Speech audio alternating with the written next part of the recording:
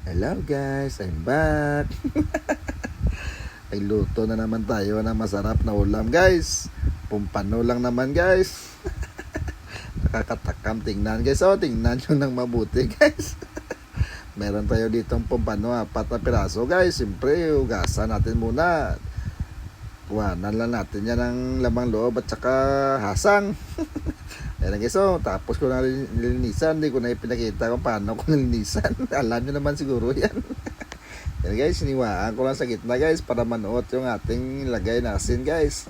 Asin na naman guys kasi pipirtuhin natin yan. Dito sa ating kawali, magpainit lang tayo ng mantika. At pag mainit guys, siyempre nilagay na yung isda. At dito nga pala tayo nagluluto sa ating magikalan guys. Used oil lang yung ating ginagamit na panggatong, wala ng kahoy. Sinalil ko sa kahoy guys kasi ang hina-hina, hindi pa namin kabisado yung paggamit. Itatanong namin bukas sa may-ari. Sa parehong kawali, binawasan ko lang ng mantika guys. At naggisa na tayo ng luya at saka sibuyas dyan. Nilagyan ko lang pala ng tomato paste dyan guys para mamula-mula yung ating sweet and sour para kaya tignan. Ayan na guys, lutuin na natin na mabuti yung ating tomato paste guys. Iwan ko ba, ba't niluluto na matagal yan? Siyempre pag okay na, lagyan din natin ng suka guys. Huwag muna natin galawin. Pag hindi kumulo, lagyan natin ng tubig guys. At siyempre lagyan din natin ng tomato sauce. Mga 2 pack yung nilagay ko na katamtamang laki lang. At siyempre lagyan din natin ng asukal.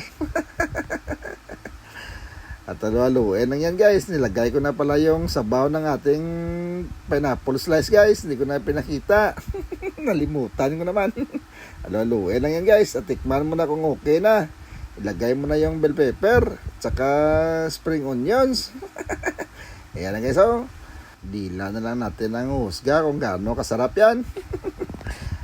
Inilagay ko na pala yung ating bida guys. Yung pumpano na isda. Sarap-sarap yan kahit anong luto. Kahit pa iihawin mo lang yan, sarap-sarap yan.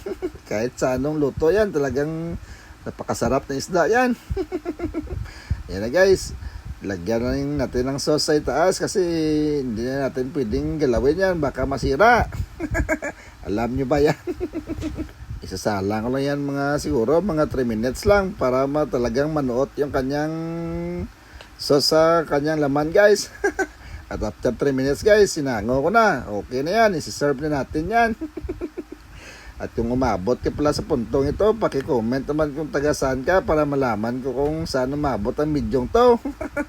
At siyempre, lagyan din natin ng toppings yan guys. Yung pang-garnish natin, yung pineapple slice para makakaagaw pansin sa ating mga bisita. At yan na guys, luto na po yan. Maraming salamat sa panonood guys. Hanggang dito na lang yung ating video. Maraming salamat talaga sa inyo. Paalam. Bye bye.